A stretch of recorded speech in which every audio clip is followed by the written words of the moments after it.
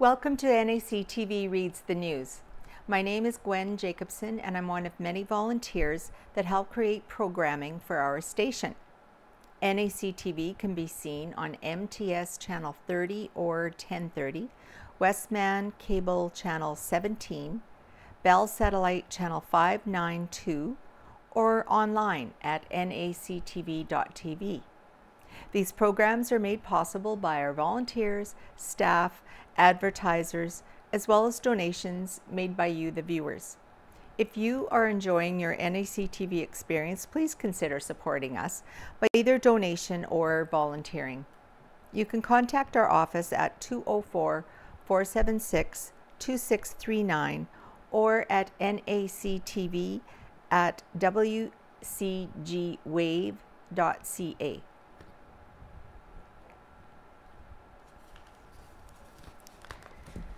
So, today's edition of the Neepawa Banner and Press is dated Friday, April the 26th, 2024.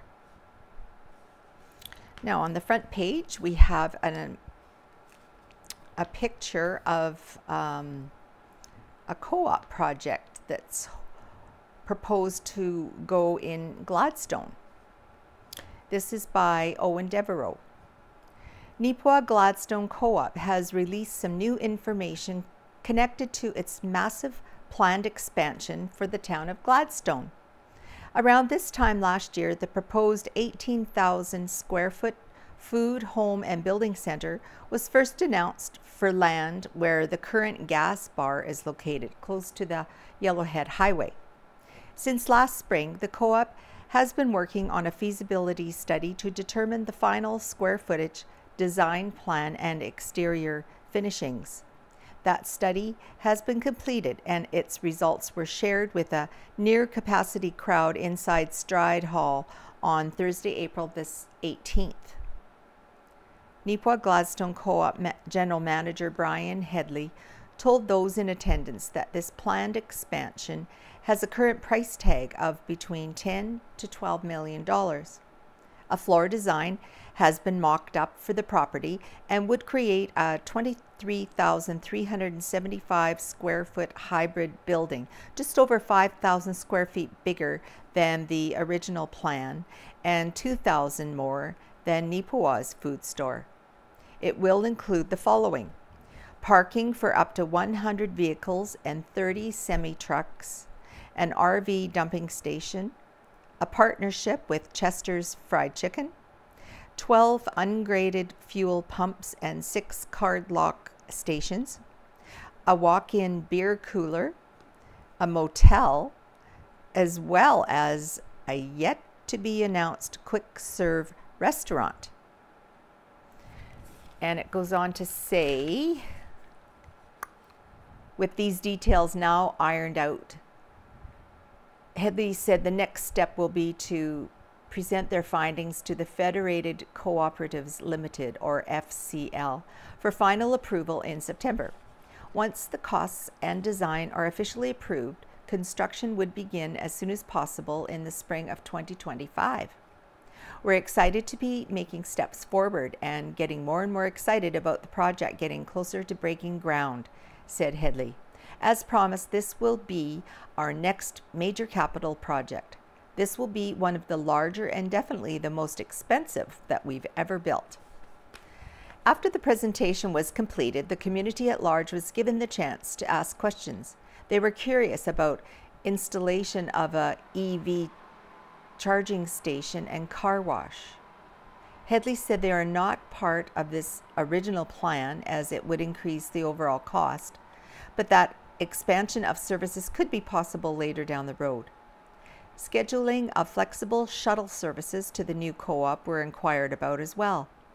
Headley said they ran into a similar situation a decade earlier in Neepawa, with their usage waning relatively quickly.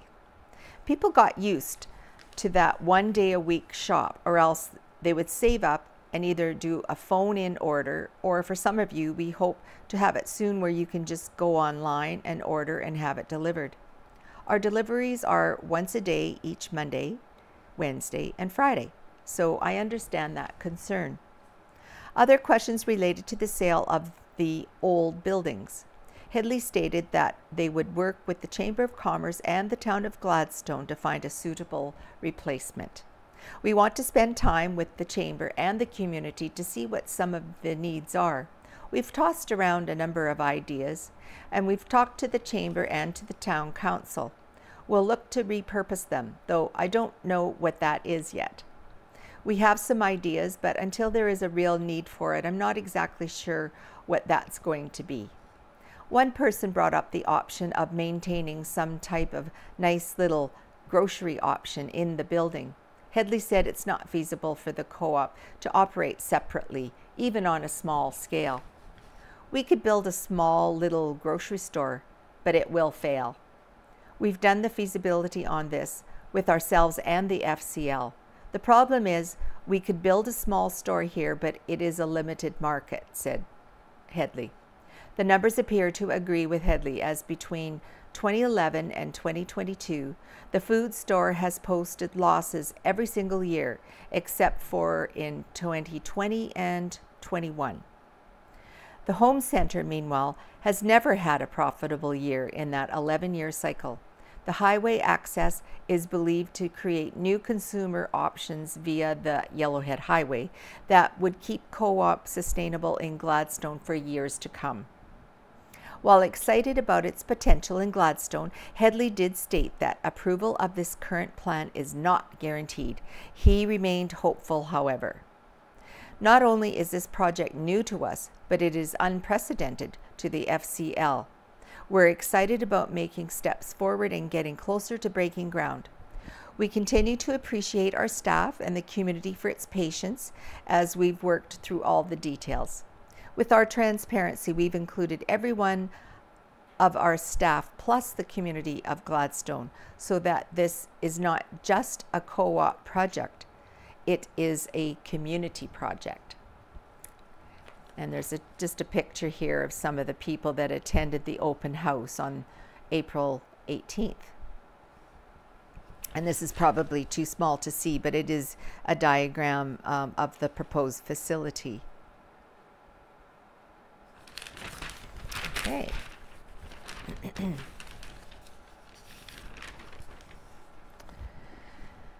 Now, this is an article about our newest Best Western Plus hotel coming soon to Neepawa by Owen Devereaux. Completion of the new Best Western Plus in Neepawa has shifted to an early 2025 end date. Murray Parrott, who represents the local shareholders group who are bringing the hotel franchise to rural Westman, said it appears as though they'll now be ready to open by February of next year. The original completion date had been set for the end of fall or early winter of 2024. Parrott said the reason for the change in schedule simply comes down to a necessary alteration they've made on constructing the swimming pool. He said one of the more recent issues was that the mechanical system for the pool that we had planned to use was not providing good enough service at one of the hotel locations we had checked out. They ended up having an issue, so we decided to change our plans, said Parrott. And with a change like this, you have to go through all the engineers, and as well, it must go through the province because of health standards and all of that. Parrott added their recent research has shown that some hotels that decided to forge ahead and not make the changes to the pool's mechanical system ran into much more massive delays and cost overruns down the line. He said it's better to make the change now, while course correction will be easier.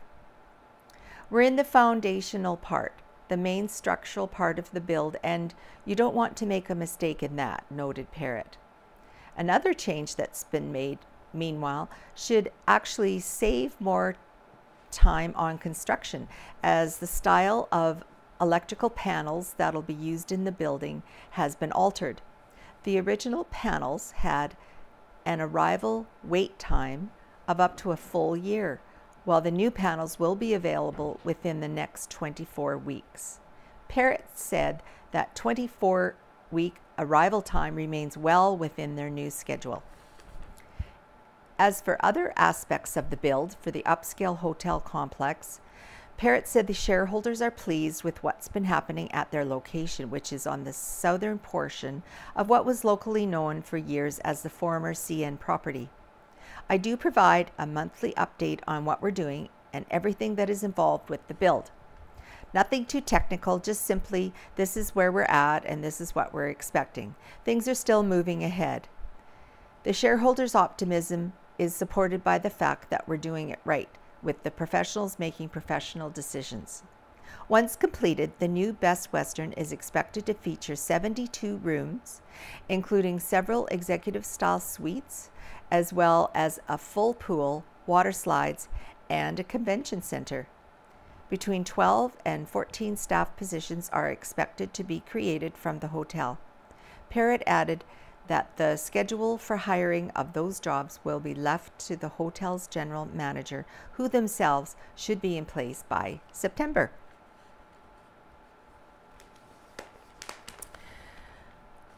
Neepawa assembles wish list to Water Services Board by Owen Devereaux. The town of Neepawa has put together its annual list of water and sewer priorities to the Manitoba Water Services Board. Each spring, municipalities across the province identify projects they deem most important to the development of sustainable water and wastewater works. The Water Services Board, which was established back in 1972, then reviews those projects and assists as many of them as possible with technical and financial assistance. For 2024, the town has decided that its local priorities are the following: repairs to the water tower, estimated at a cost of $500,000. An addition to the water treatment plant, estimated cost of $1.75 million. And the relocation of the Mill Street lift station, estimated cost not identified. A lift station is a pumping station that moves wastewater from a lower elevation to a higher elevation. The Manitoba Water Services Board has supported Neepawa in several significant projects in the past, including the expansion of the town's water and sewer system.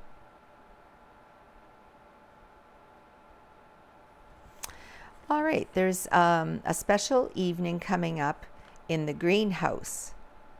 We are excited to invite you to a special evening at Dalrymple's Greenhouse, Highway 262 North, opposite the beach in Minnedosa. Please join us for complimentary wine and cheese, coffee, juice, and tasty treats. Relax and enjoy the flowers. Come and see what's new and get ideas. Staff will be here to help you with all your garden plans and questions. We hope you enjoy this peaceful experience. This will be taking place on Friday, May the 3rd from 6 p.m. to 9 p.m. Regular hours will start Saturday, May 4th, 7 days a week, 9 till 7. Customer Appreciation Day will be Saturday, May 11th. All right. Also, there's an evening of song coming up, presented by the Neepawa Area Community Choir, with special guests, the Choraleers, NACI Chorale, and the Hymns. This will be held at the Knox Presbyterian Church, Thursday, May the 9th at 7 p.m. with the Silver Collection. And at the Roxy Theatre this weekend, April 26th and 27th, showtime 7:30 p.m. The feature show is Godzilla and Kong, the New Empire. Two ancient titans, Godzilla and Kong, clash in an epic battle as humans unravel their intertwined origins and connection to Skull Island's mysteries. PG rating. Then the weekend after, May 3rd and 4th, the show will be Civil War. It's called Civil War. Okay.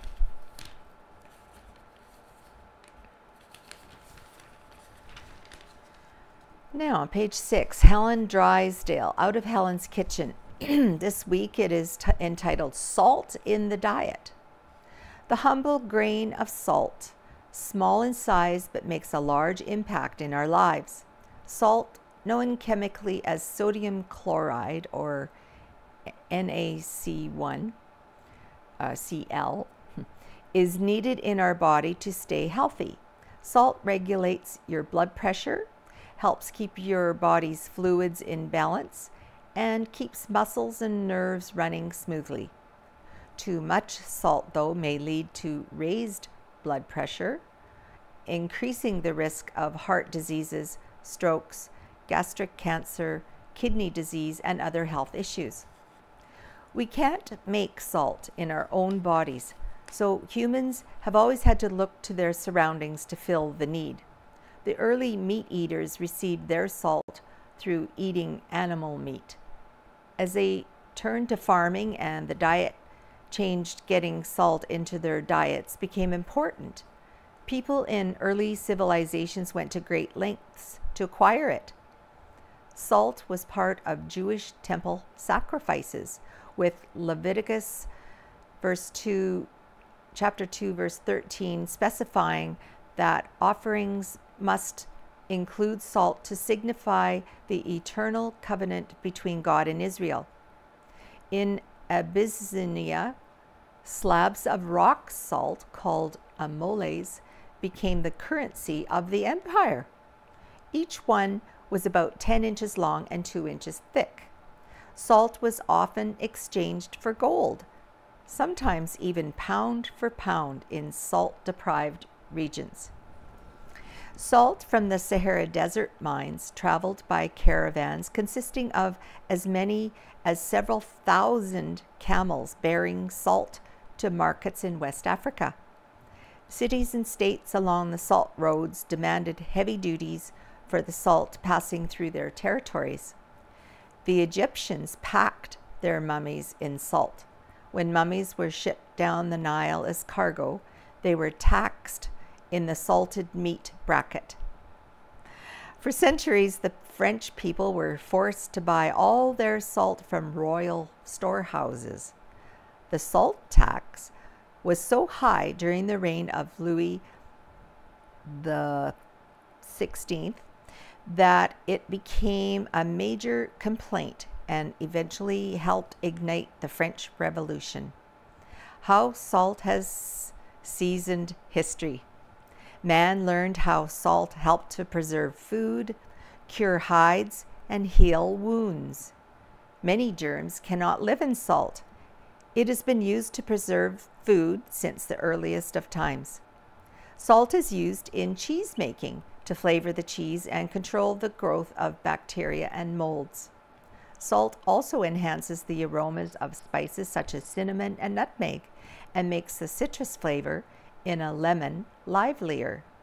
When it comes to baking with yeast, salt helps slow down yeast growth by dehydrating it, allowing the dough to rise at a more controlled rate. It also strengthens the gluten network in the flour, which gives the dough more elasticity and structure and prevents it from collapsing. On a commercial scale, salt is produced in one of two principal ways: the evaporation of salt water or mining in areas with salt deposits. Neepawa's salt plant used evaporation to get the salt from the brine they pulled out of the ground. Today, salt is almost universally accessible and relatively inexpensive. The recommended maximum intake of sodium is 2,300 milligrams a day, but those with health conditions like hypertension or cardiovascular disease should consume no more than 1,500. While your body requires just 500 milligrams of sodium per day, the average Canadian consumes more than 3,400, mostly through processed foods. Stir fries are both quick and healthy options for dinner. However, they often contain a lot of salt. Just 1 tablespoon of soy sauce contains from 920 to 1,160 milligrams of salt. So, it depends on the brand of soy sauce. Salt-reduced soy sauce contains at least 40% less salt than regular soy sauce. Something to remember. Next week's article following up on salt is entitled Too Much of a Good Thing. And Helen has 2 recipes: cashew chicken salt reduced and an apple walnut salad. Yummy, with dried cranberries in it. The Money Stretches Only So Far by Owen Devereaux. When it comes to finances, sometimes difficult decisions have to be made. That's especially true if you have to deal with the combination of rapid growth and significant challenges that the town of Neepawa has seen for almost a decade. Earlier this month, Council reviewed the community's 2024 financial plan. The basics behind the document include operating expenditures of nearly $9.5 million and utility capital expenditures at almost $6.9 million. The largest single expenditure for the year will be going to water and sewer infrastructure in the new Northeast development near the new hospital. The cost of the development is $3,542,899. As for spending on capital purchases this fiscal year, other expenses include increased road construction at a cost of $769,562, drainage and road work upgrades $261,000, and the paving of the fire department's parking lot at $150,000. As part of this year's financial document, the municipal tax levy for local ratepayers could increase by up to 2.1%. In terms of an actual dollar value for homeowners, that means an additional $17.62 in taxes on average per $100,000 of their assessed property value. Though at the end of the day, we'd all prefer not to pay more, it could always be worse, as several other communities across Manitoba are seeing much larger year-over-year tax bumps in 2024. For example, Brandon had a 9.4% increase, Steinbach had 5.1%, and Winkler had 5%. And ours could increase by 2.1%. Some Neepawa residents may be wondering about the spending decisions that were made and asking why some projects are not getting more money allocated to them. Town Councillor Daryl Gerard, who also heads the Finance Committee, noted to the Banner and Press there were some tough decisions that had to be made in the budget deliberations. He added that when it comes to the numbers, it's a fine line between covering the costs of all the work that's needed, both now and in the future, and not overburdening the tax base. As a council, we started talking, okay, what is a tolerable number regarding a tax ask from the ratepayers? And then we started managing that to see how that would look, noted Gerard. Mayor Brian Headley added some additional context to this year's budget by reminding us that there are several major legacy projects which are still proceeding. He said, we're not trying to burden the ratepayers. There are a number of major projects going on. You know, the hospital takes up a lot of it. We are doing a lot more road work this year, and then again with water and sewer. We have the big water expansion out to the east. We also have the wastewater plant that's going to be going into phase 2. That's millions of dollars there, but on worthy projects that's going to keep this community a focal point within the region for years. First reading of the 2024 budget was approved on Tuesday, April 16th. Second and third reading will occur at the next council meeting on Tuesday, May the 7th.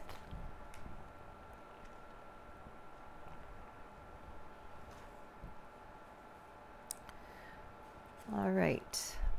The next article is entitled Electric Dream Within Reach by Casper Werhon.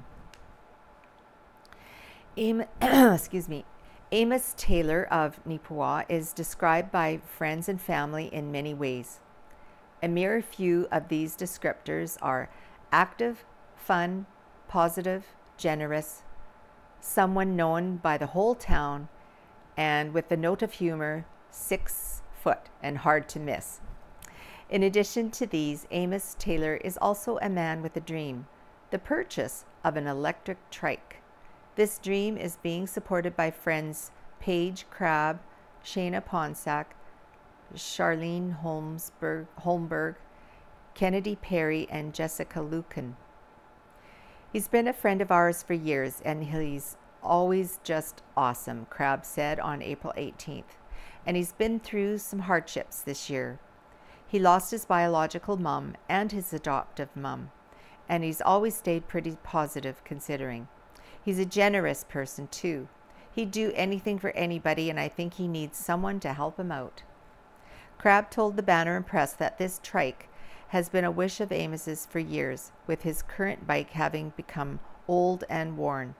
To help him make the e-bike a reality, the 5 friends organized a GoFundMe campaign in his name earlier this month, aiming to raise $6,853 to cover the approximate cost of the trike. Being on disability and only being able to do minimal work, he cannot really do much to raise money, Crabb explained.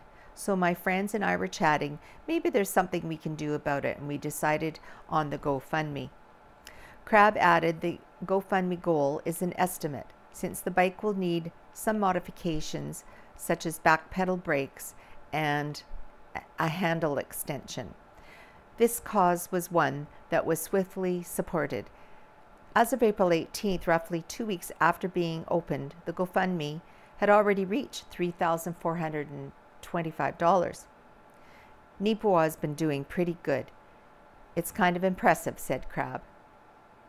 That support is soon to receive a big boost. In addition to this direct support, Neepawa's Kinsman Courts 2, KK2, had also organized a take and bake pizza fundraiser to supplement the cause. The pizza fundraiser, which concluded on April the 19th, saw a whopping 107 pizzas sold at $25 each, and a number of cash donations received as well. In all, KK2 is donating approximately $2,900 to the e-bike. Wendell Taylor, Amos's father and a resident at KK2, told the Banner and Press via phone on April 17th that he is touched by the support his son has received. I'm very grateful for the support of everyone who has been supporting the GoFundMe, and especially the staff of KK2 who organized this pizza fundraiser. Once Amos gets the trike, I know he'll be over the moon. For KK2, supporting Amos was a natural fit. We like to be very community aligned, said Executive Director Dana Menzies. And myself and our Activity Director Corey Ford, we'd seen the GoFundMe for Amos on Facebook, and with his dad living here, we thought it would be a nice way to give back to Amos and to Wendell as well. Menzies added, if it's something that's a continued success, I think we'll do more fundraisers. If Amos doesn't have all the money he needs for his bike, we'll do something else for him. And in the future, if we can combine with other initiatives where we can help raise funds for the community, it's just a good thing for us to be part of. It doesn't set us back at all, so why not give back? Our goal is to make the community better, and I think bringing our seniors and anybody in need in the community together is just a bonus for everybody. The Banner and Press also had the opportunity to speak to Amos himself, who shared his gratitude wholeheartedly. I'm not sure what to say, to be honest. I'm speechless, Amos enthused. I'm so thankful to the community and to my 5 friends for doing this for me, and so unexpectedly. It's incredible. I'm honestly overwhelmed and just so happy. Thank you. Anyone wishing to help Amos in acquiring his new bike may do so via GoFundMe.me/F38268DE. And a note, as of the morning of Tuesday, April 23rd, the GoFundMe has reached $3,665. So counting the funds being donated by KK2, that brings the total funds raised to about $6,565.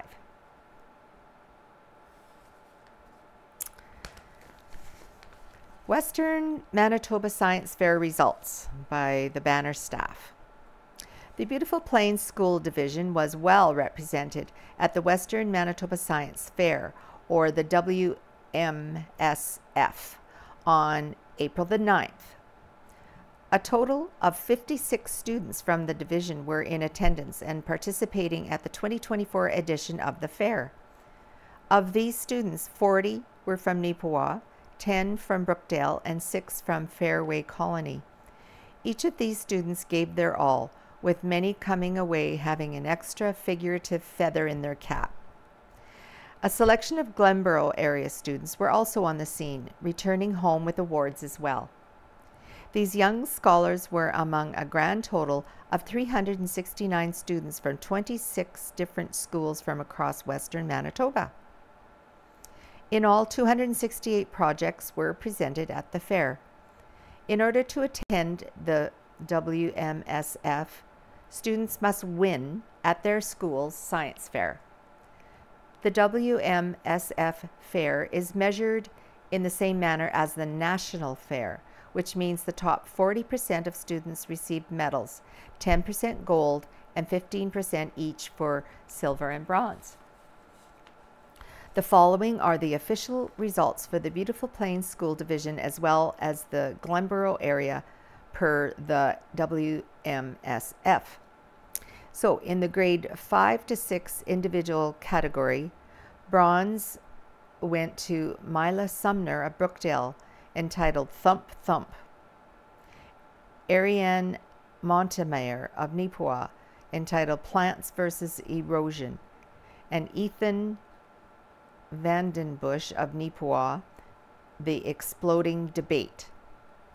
Silver medals went to the following: Colton Woolman of Fairway Colony, entitled Solar Cooker, and the gold medal went to Caden Woolman of Fairway Colony, entitled Water Runoff. Then in the grade 5 to 6 group, bronze medal, Riker Gilbertson and Garrison Steen of Neepawa, entitled Whippiest Wristers. Grade 7-8 individual bronze medals, Connor May of Brookdale, entitled Decibels of Distraction. A gold medal went to Liam Dennis of Brookdale, entitled Energy Conservation 2024, and Tyler Anderson of Glenboro, The Dirt on Soil.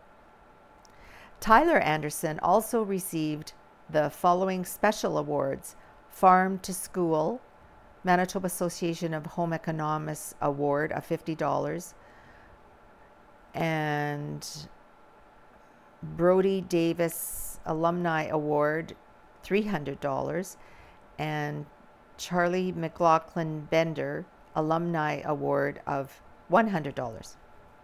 Liam Dennis also received the Brandon Chamber of Commerce Award of $100 and the Prairie Electric Award of $100. Now, in the grade 7 and 8 group, the bronze medal went to Princess Dela Cruz and Vashvi Patel of Neepawa, entitled Does the Soil Change the Growth of the Bean? A silver medal went to Alyssa Thompson and Paisley Rails of Neepawa, entitled The Science of Wind Power. Alyssa Thompson and Paisley Rails also received the following special awards: the Energy and You Award from Manitoba Hydro of $50 each, and Climate Change Action Award of $25 each.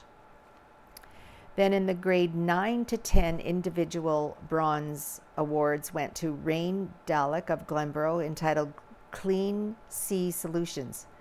Silver medal went to Tora Robideau of Glenborough, entitled Softening the Flames. Tora Robideau also received the Brandon Emergency Services Award for $50, and Rain Dalek received the Climate Action Award for $50 and the Healthy Lake Award $100. Behavioral Science Award went to Connor May of Brookdale, entitled Decibels of Distraction, $50, and Owen McLean of Glenborough, entitled Cross Hand-Eye Dominance, $50. The Neepawa banner press extends congratulations to all. Oh, I meant to talk about this pictures too. This goes back to that electric dream within reach for Amos Taylor. So pictured here is Amos Taylor and his father Wendell Taylor. They posed for a picture with Kinsman Courts to chef Sidney Mowat and activity director Corey Ford. This was on April 19th. The check seen here features an unofficial total for the pizza fundraiser, with the official count coming to 2,900 by the end of the day. And pictured here, Take and Bake pizza fundraiser supporter Tricia Kerr, along with her sons Fletcher and Jacob, received a set of pizzas from Amos Taylor and Kennedy Perry. Sorry, I missed that before. All right. Another exciting piece of news, Harris Pharmacy building is starting to take shape, by Owen Devereaux.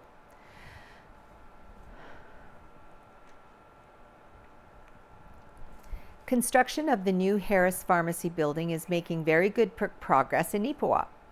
Over the last year, the long-standing local business has been preparing to move into a new location at 366 Mountain Avenue, which is just south of the Salvation Army thrift store. Construction on the new building has been underway since mid-2023 and from the outside looks to be nearing completion. The Banner Press was given the chance to get a closer look inside this project on Tuesday, April 23rd.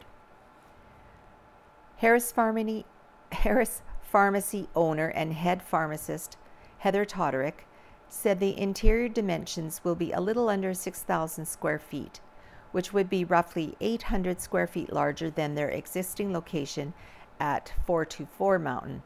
It will also include massive open space for extended displays, as well as up to 4 private consultation and immunization rooms.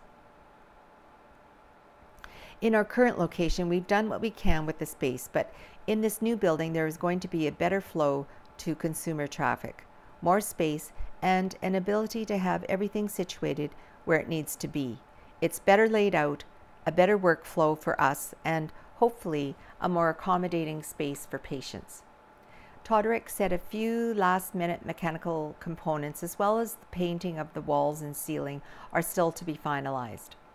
As well, stairs and an accessibility ramp up to the main entrance are yet to be installed, but will be in place soon. The contractors are telling me fall. We're pretty much right on schedule, said Toderick. The building will also feature new dispensary counters built by Twilight Colony, as well as new shelving units, larger greeting card location, and checkout space. As for how the move-in will transpire, Toderick hopes to keep any closures to a minimum, with most of that work done over a weekend. We're all pretty excited about the move, excited to get into the new space, and looking forward to having everyone see it for themselves. So this is 3 pictures of the construction of the new building, the inside and the outside. All right, pancakes generate funds for youth sports in McCreary. The McCreary Marlins minor baseball served up over 200 pancake breakfasts during the Maple Syrup Festival. They were sponsored by Sunrise Credit Union and Parrish and Heimbecker. Volunteers shown here are Marlene McNarland, Allison Potker, Marty Bourne, Aaron Gushalak, Sawyer Sosi, Kira Bourne, Nikki Taylor, Emerson Taylor, and Jill Petillon. I think there was an article about that pancake breakfast back here. Yeah. Fun Sun and Maple Syrup in McCreary. There was plenty to be done at the 2024 edition of the annual Maple Syrup Festival in McCreary. Here are some of the activities. Here we have Hannah Henton is ready to enjoy her perfectly prepared fire-roasted bannock as part of the fun at the festival. Here we have Alana Lewandowski, Ian Porteous, and their sons Oliver and Francis performing old-time classics with an educational twist during the Maple Syrup Festival. Here we have Dave Benson enjoying his pancake breakfast at the McCreary Seniors Drop-In Center during the Maple Syrup Festival. And here, horse and wagon rides were also part of the early springtime season fun.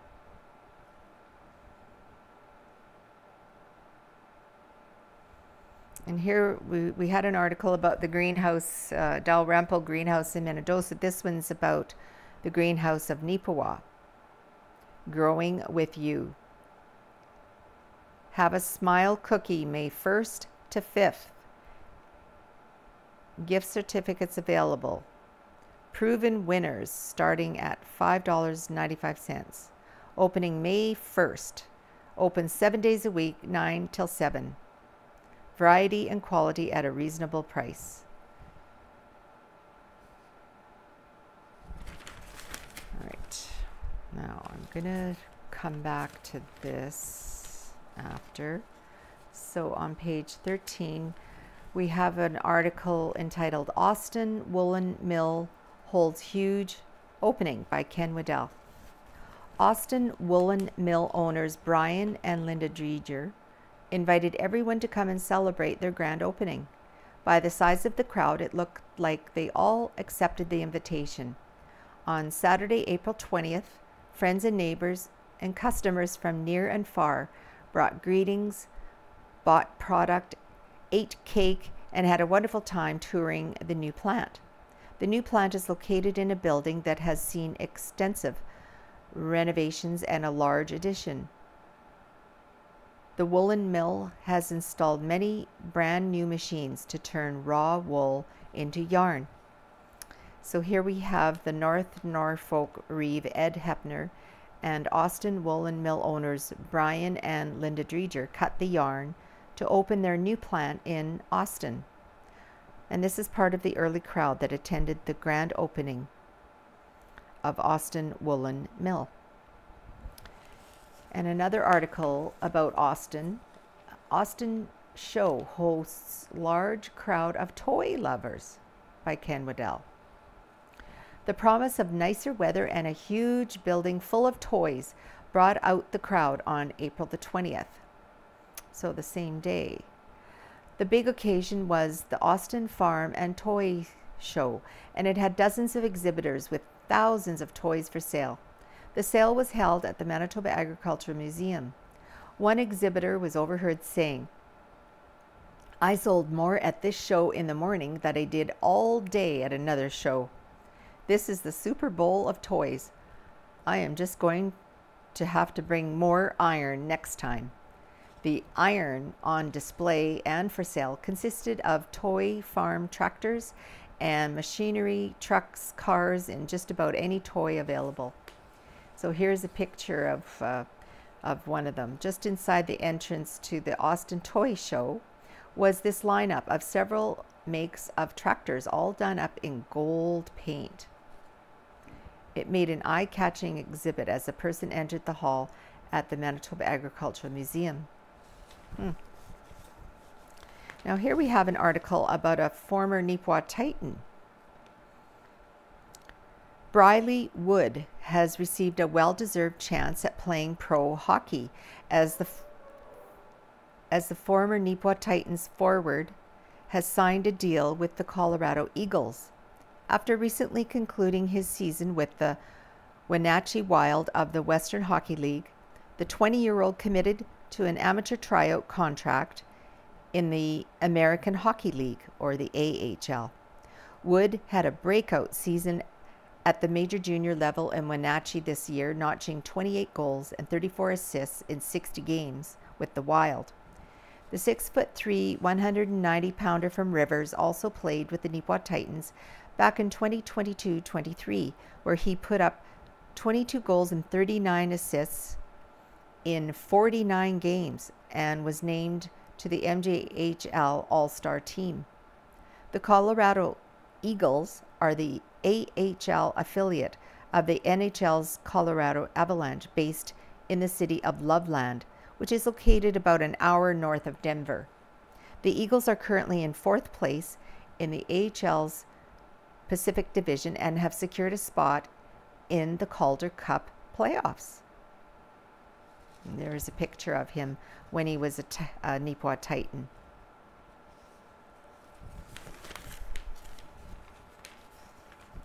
Neepawa Area Health Auxiliary supports local health facilities and programs.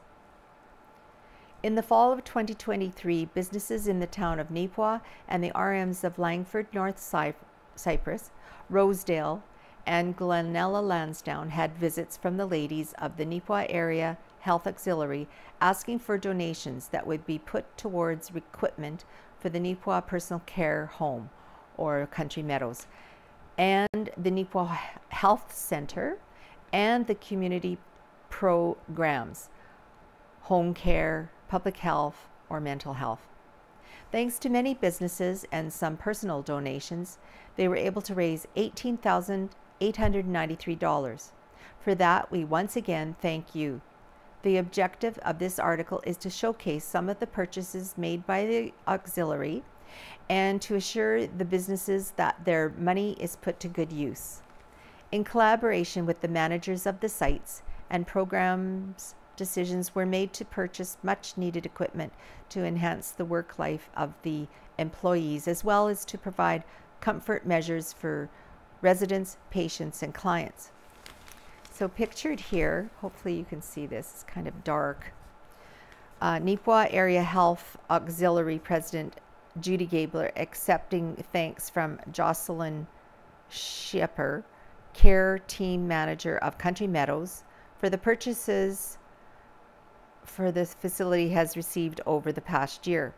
Jocelyn is holding the ABI machine, which stands for Ankle Brachial Index machine. It costs $3,847.20.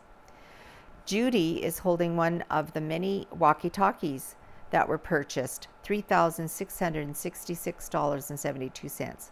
Also in the picture is one of the fall mats that are used at residents' bedside, $2,264.92, and a Sarah lift with sling, $5,642.34. Not pictured here but purchased are transfer belts, $757.26, stools for staff to use while assisting residents at meal times, $678.20, motion sensors, $635.17, and a year's subscription to the sports channel in the respite room, $699.55.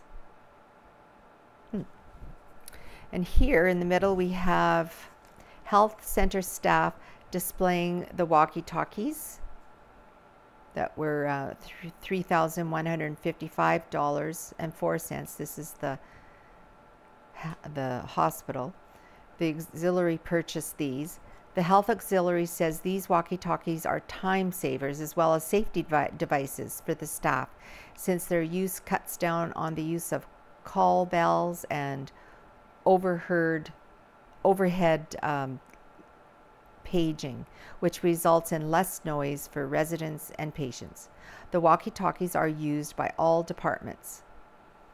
Here we have Judy Gabler with home care case coordinators, Brianne Farquhar and Heather Boersma, with the lock boxes and locks, $179.09, which are used to lock medications in clients' homes.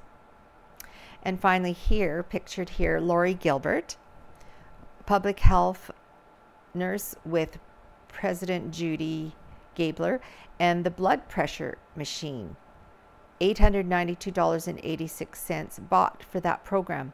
Total amount spent on purchases of equipment in 2023 was $22,418.35.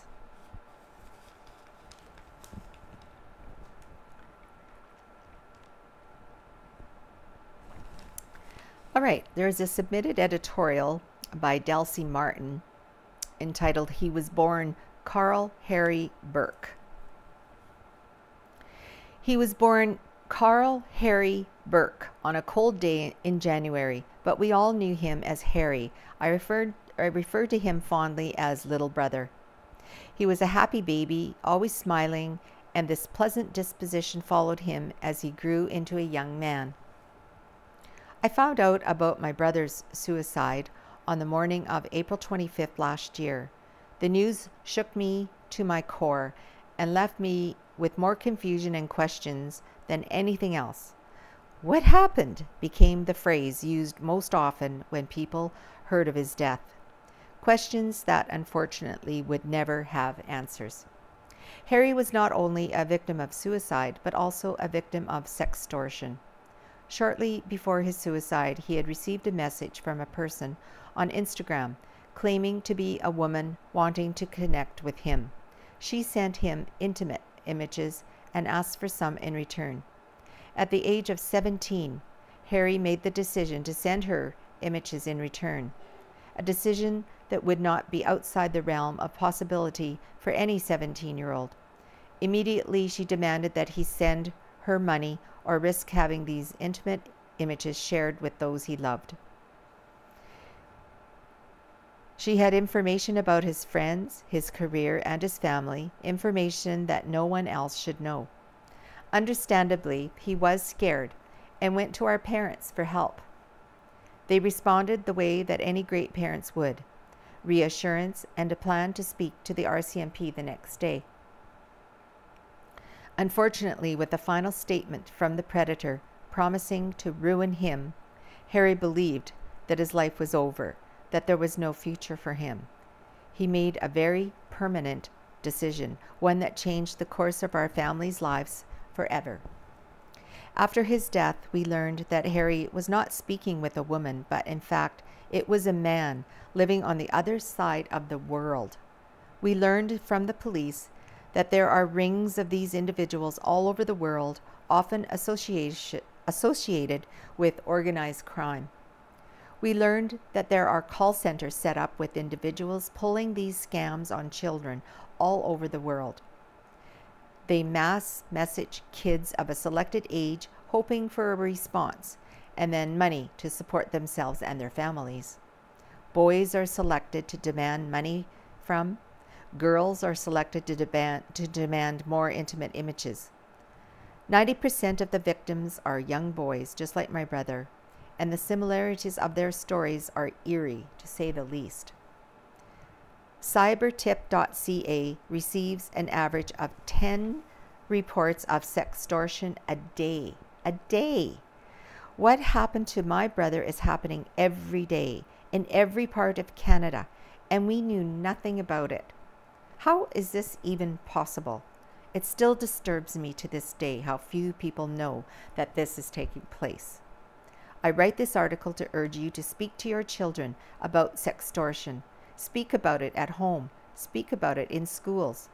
Tell your teens that if they receive a message like my brother did, not to respond, and If images are sent, do not send money. Instead, reach out to your local police and report the incident. Reach out to cybertip.ca and report the incident. Tell them that their life is not over, that there are options and this is not the end for them. Most of all, tell them that they are loved, that they have value, and that their future is bright. Delcy Martin is a registered social worker, private practice therapist, and business owner of True You Therapy and Wellness Services. She is also a former columnist with the Banner and Press.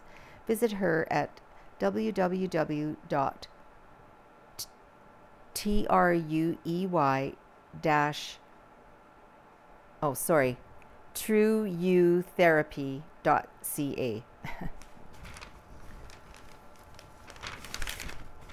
That's good to know. So I read that. Neepawa students cook healthy.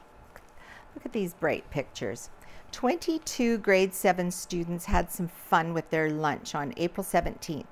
From noon to 1 p.m. at Arts Forward, the grade 7s worked alongside Neepawa Eats Healthy committee members Glenda McPhee and Cheryl Lee Hyra, Arts Forward representatives Yvonne Sisley and Carmen Jarvis, as well as their teacher Kelly Spencer, to prepare their very own breakfast burritos. This activity was part of the Neepawa Eats Healthy Committee's Meal in 30 project, using the recipe for the month of April. The activity and the meal itself is to encourage families to try new things and enjoy some home cooking. For the students themselves, the April 17th activity was to help build their skills to cook meals once they are out on their own. So here's 3 pictures of them cooking up their breakfast burritos. Here's a picture of a lovely girl, dance extraordinaire. On April 13th, Charlie Carefoot from the Eden area in Manitoba competed in an Irish dance competition in Minneapolis, Minnesota. Charlie placed first in many of her dances, including the Mungrod Special Trophy Award. For the past 10 years, Charlie and her brother Felix have danced with the McConnell Irish Dance School in Winnipeg, Manitoba. Congratulations, Charlie. All right, we'll go back to some of the others here. There's a insert called Farmer's Advocate this week. So here we have a beautiful picture. It's entitled Sunset and Whitetails near McCreary. As the sun dropped below the Riding Mountain skyline, the herd of white-tailed deer were munching through some tasty crop residue. Compared to the mid-1990s, before minimum tillage was common practice, the amount of crop residue has increased significantly. That change in farming practices has helped spur population growth in species like the whitetail. Minerals are important for reproductive livestock performance by Sean Kabak. Trace minerals, along with calcium and phosphorus, are required to maintain productivity, health, and reproductive efficiency in cattle. The trace minerals copper, manganese, zinc, iodine, cobalt, and selenium are all important for livestock. Care must be taken when supplementing minerals, as large amounts can cause toxicity. Trace mineral deficiencies may not noticeably affect growth performance, but can drastically affect breeding and reproductive performance. Trace minerals are closely involved with the cow's ability to cycle and rebreed after calving. If trace minerals are deficient, it will take animals longer to show heat after calving, and fewer animals will catch within the first cycle. Phosphorus requirements increase after calving and is known as the fertility mineral. As deficiency can severely affect reproductive performance and the length of time it takes for a cow to rebreed, it is important to have proper mineral supplements available to animals prior to breeding and during the breeding season. Mineral tubs with covers help prevent weathering and improve the consumption of free choice fed minerals.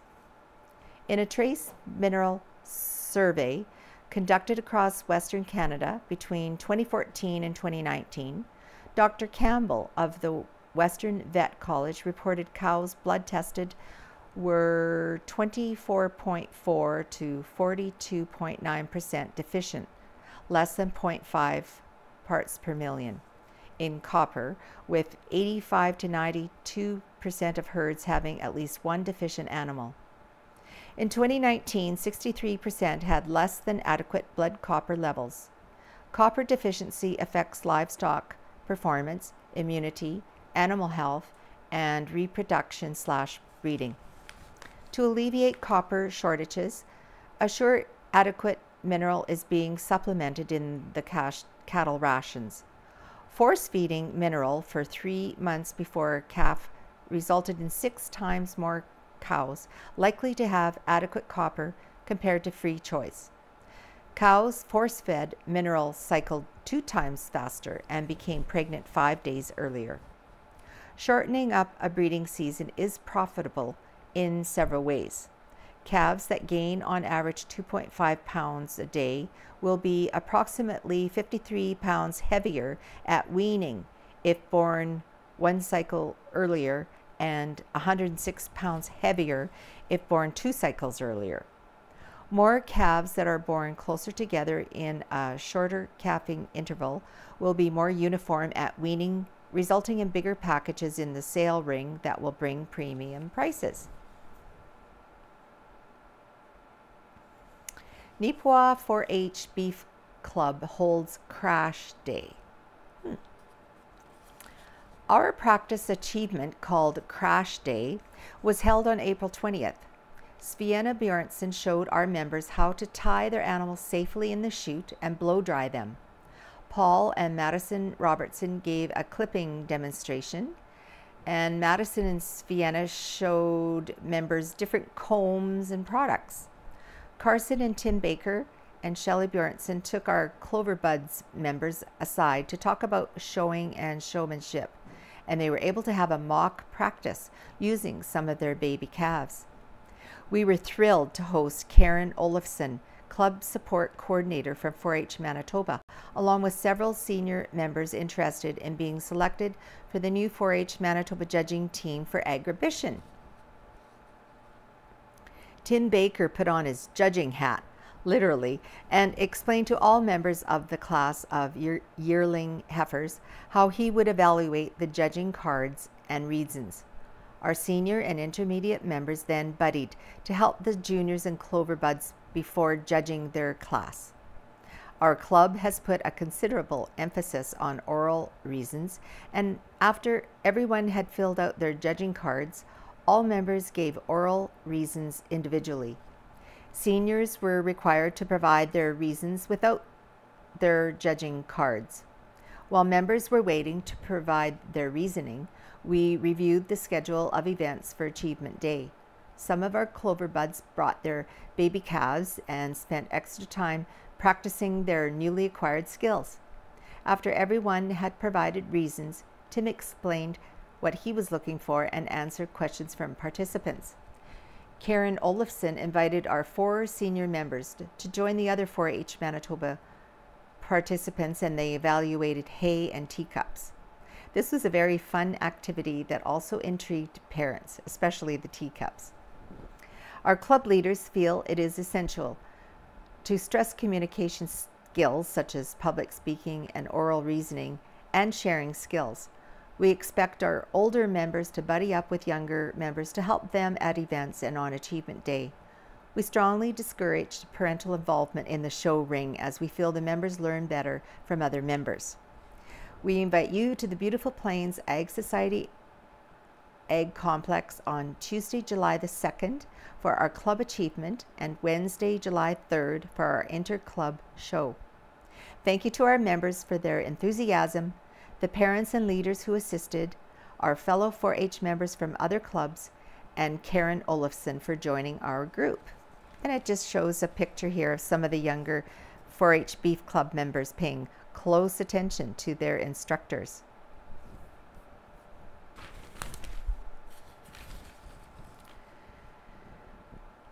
JAS celebrates 20th Buy the Beef Bull Sale by Ken Waddell. The McLaren family, longtime Neepawa area cattle ranchers, held their annual JAS Red Angus Bull Sale April the 2nd at the Neepawa Ag Complex. 84 bulls were consigned to the sales from JAS, along with consignment Camo Cattle Company, Madsen Angus, and Nolan Cattle Company. The top-selling bull was Lot 65 Red Camo Franchise 40L, a big yearling bull consigned by Camo Cattle Company that sold for $12,000. 40L weighed 90 pounds at birth, 770 pounds at weaning time, and 1,235 pounds at 1 year of age. Jason McLaren of JAS said the sale average was $6,080 per bull. As this year was the 20th anniversary sale, congratulations were extended by the consigners and many of the buyers. As usual, the sellers hosted a delicious beef on a bun pre-sale lunch for buyers and friends.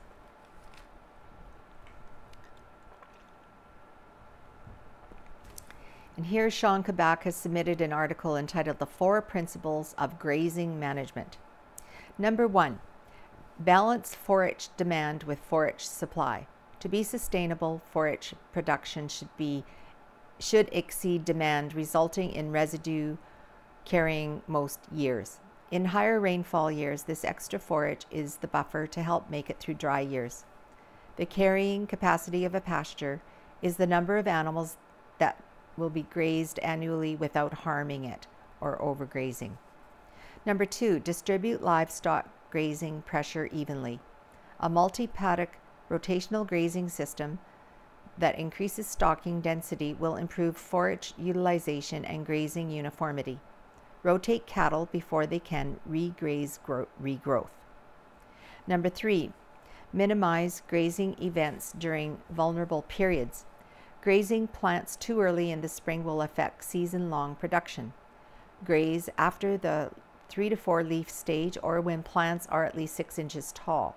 Avoid grazing wet/flooded ground, as hoof action will cause excessive compaction, trampling, and damage plants.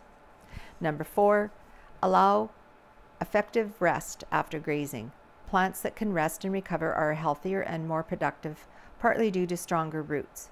When forages are growing fast in the spring, move the cattle faster, and when growth slows down in the summer, move the cattle slower.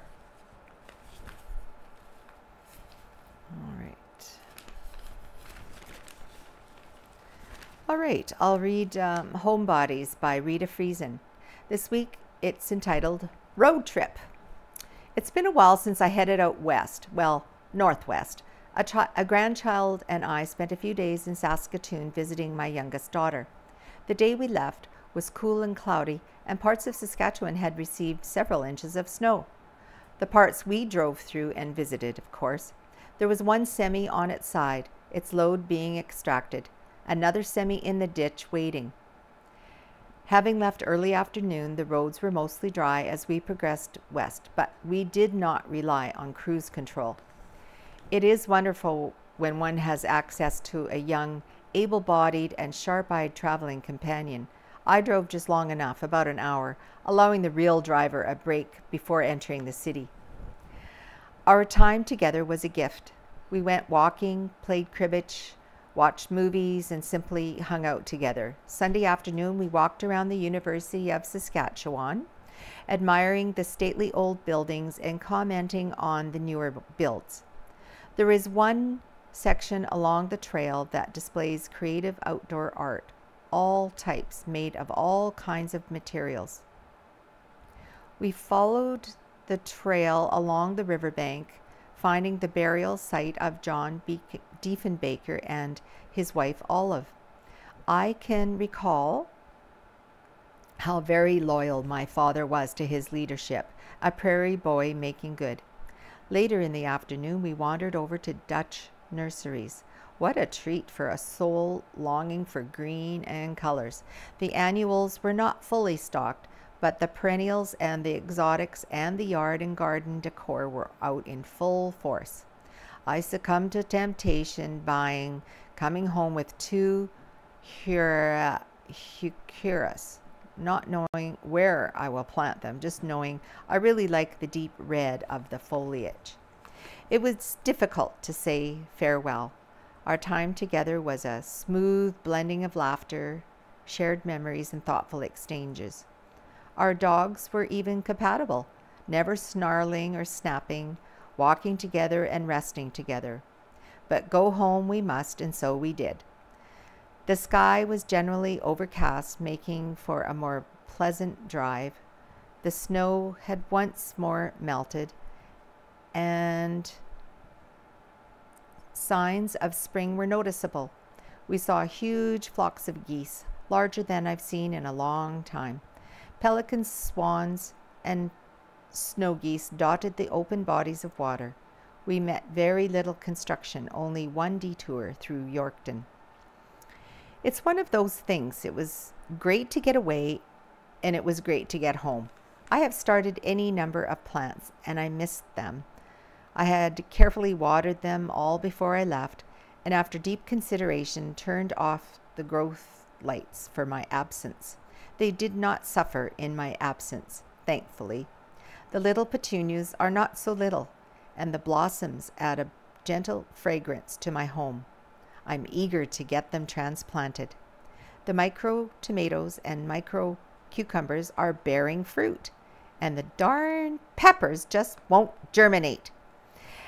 After checking on my plantings, I took Ari for a walk, allowing her to experience the joy of being home as well. Hers is a world of sights and scents and mad dashes, familiar trails, and well-loved trees. Good to go, good to get home. So I think we are at the end of our reading of the Neepawa Banner and Press. That says we have 2 minutes left, so I will read just a correction that was in the paper this week.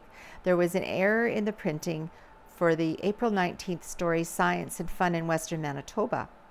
In the portion that discusses the Keep It Cool project that was presented at the Western Manitoba Science Fair, the name in the quote was correct, but the name prior to the quote was mismatched. The Keep It Cool project was presented by grade 5 student Avery Evans. As such, the sentence prior to the quote from Evans was intended to say, fellow grade 5er and repeat attendee Avery Evans knew all about how to keep it cool at the science fair. The Banner and Press apologizes for this error and extends thanks to the individual who brought it forward so it could be addressed and corrected. Congratulations once again to all those who entered and attended the fair. Okay, so that is it for the reading this week of the Neepawa Banner and Press. So I will say thank you for joining us, and hopefully we'll see you next time. So bye for now.